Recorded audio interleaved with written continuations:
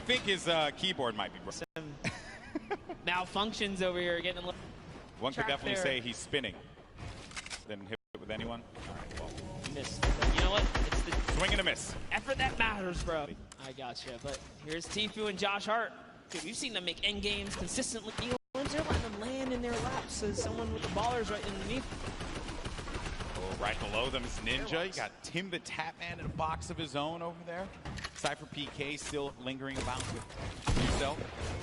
Ninja waiting for that prime opportunity to push up. And Ninja by himself at this point of the game. Monster, you're a competitive player. You've been, I know you do a lot of duos in DK30 and stuff. Question for you, how difficult is it to be in a single man situation going up against a lobby that's as stacked as this?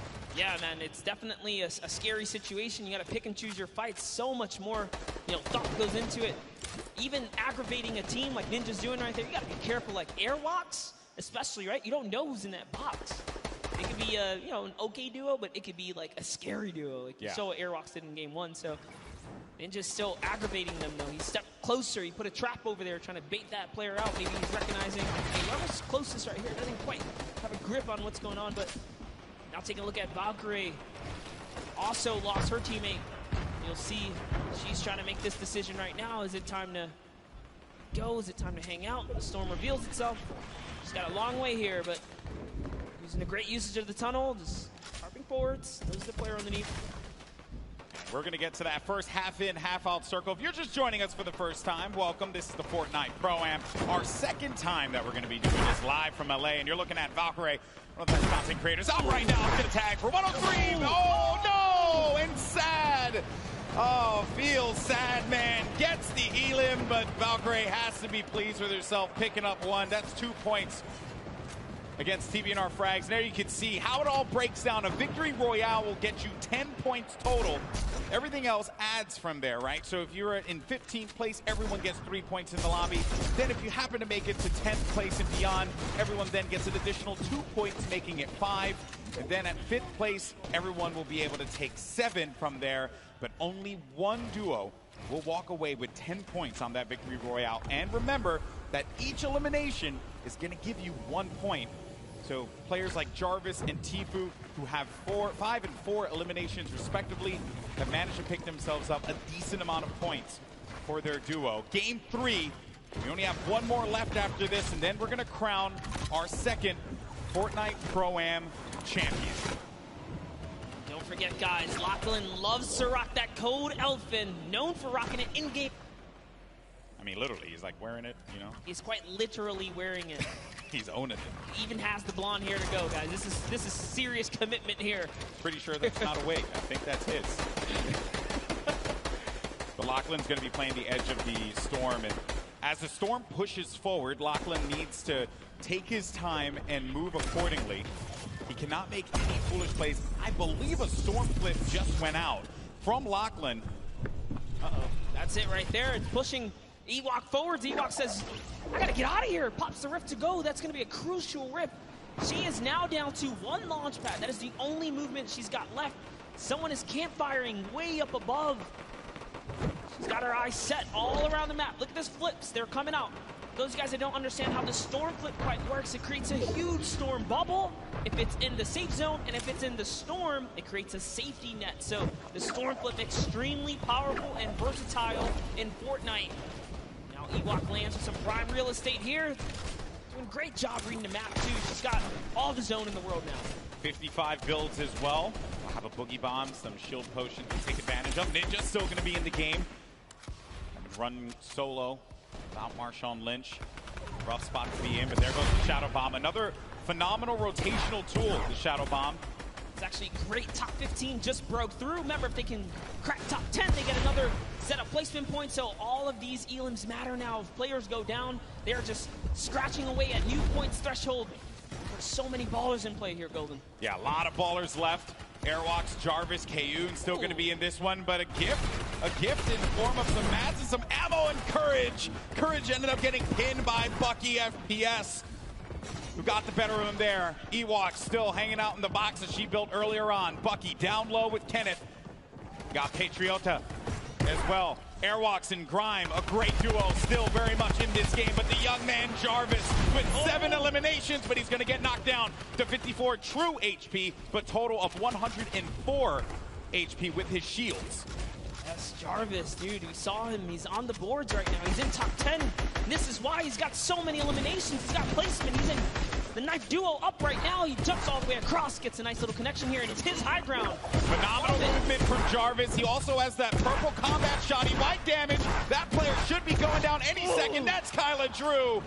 That combat shotty from up above is going to punish you. Ninja just got himself 2 eliminations on the side as well. Just got wiped out, though, by Bucky. And our final few players are going to remain. We're now sitting with 7 players left in the lobby. Actually, scratch that, 6 players left, all solos. And this right here, folks, some of the best in the world of competitive Fortnite. Jarvis up above in the high ground. Bucky right below him. Kayun in that mid area. Typical gamer looking to shake things up with Airwalks and Patriota down low. This is intense, Monster. Yes, and Airwalks actually picked up minis, so he's going to be able to just bounce back a little bit here. Down comes the double campfire. It's not over yet. Jarvis has got the high ground. He's got Bucky up against the wall, too. But Jarvis only has 10 builds left. That is my concern. That is the pain point there for him, and he needs to get to an area where the builds are going to exist. Airwalks is out of it, and Jarvis manages to get the better of Airwalks. Oh, Airwalks is still at 1 HP. I stand corrected. Isn't enough, though. He does get out of it, and Jarvis is looking for him. He knows that he's going to be super weak. There has to be just, you can sneeze on him, and he's going to be out of this. But the shields come into play for Airwalks. It's now going to come down to 4 players remaining. Jarvis scoping it out. Does he find it? Airwalks. He knows this is a lot of pressure he's in, but Jarvis has no more builds remaining. Meanwhile, Airwalks has so much to work with.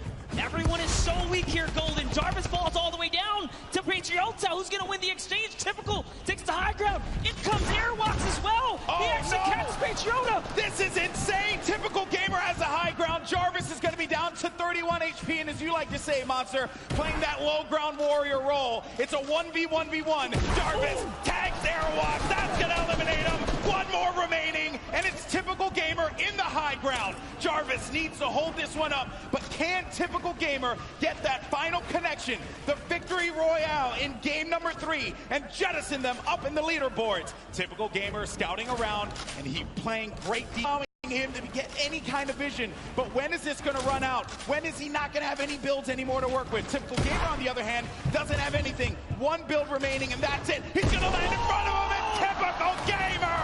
What a win! Victory Royale, 7 eliminations, 17 points total. GG!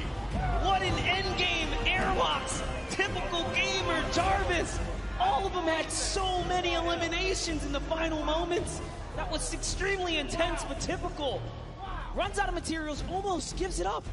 Here's the final moments. Just take a look at how Jarvis took the high ground. It was almost all over. Beautiful side jump. He put it all on the table right here. There you have it. You cannot miss, Golden. You can't miss. Jarvis, though, gets a lot of love from me because he had no HP remaining, nothing, and still managed to get to the safe zone. Had he had a little bit more HP, he might have been able to get the better of Typical Gamer. But man, I know that a lot of people from Typical Gamer's community, they have to be losing their collective minds, and I don't blame them. What a conclusion to that game. That was just game 3, but we have 1 more coming up in a little bit, and I know that this is it. It all boils down to the final game. That was intense. I'm getting a little sweaty up here. Every single game has really brought the energy, the crowd, the environment. It's all coming down here. That was another beautiful endgame. But, dude, Airwalks and Jarvis have been making it all the way through. So has Bucky. Ninja showing up in these final moments. Every game matters, right? Yeah. These points add up. They add up, and surely they're going to be looking great in the leaderboard, but we'll check that in a little bit. For now, we're going to send it over to Pookie, who has our winner, Kitty, who has our winner, Typical Gamer, standing by. Yes, we've got our winners, our duo winners. Even though it might end up in the solos and those end games, it still is a group effort. Now, I want to know, how have you been supporting your teammate today so far? I'm trying to not die, but it's not really working for me. So he's just amazing by himself, man. My heart was pounding watching him. He's great. It's all for charity too, so that's so great. After that game, how are you feeling going into the next few? How are you going to continue the momentum? You've got one more game to clutch it out and win all the money for charity. I mean, I feel like the first 2 games were used to kind of develop the strategy. Once we got that unlocked, I told them we're winning game 3. That's it. So we're going to go into game 4 with the same energy. I'm here to win some money for the Sick Kids Hospital BC, so I'm doing the best I can. Yes, as a fellow Canadian and someone that grew up in British Columbia, I thank you. That's incredible, guys. I'm looking forward to see how well you do in the next game, hopefully closing it all out and winning. But in order to do that, we've got to take it back to our casters, who are going to take us into the next few games. You guys do so good. I didn't do anything. Yeah, I know that they're over the moon right now with how that game panned out. Typical gamer, and I got to give him some love, man, because you have a lot of great YouTube content creators that crush it on a daily basis. But Typical Gamer is a name that we see in World Cup qualifiers performing so many times at a top level. And I'm glad that finally I was able to commentate one of his games, a big moment for him, and against a quality player like Jarvis, who has really begun to grow quite a bit in the Fortnite competitive community. I think that was a pretty special moment across the board. And what a game that was. I love moments like that when it comes down to who could just be the scrappiest monster. Yeah, and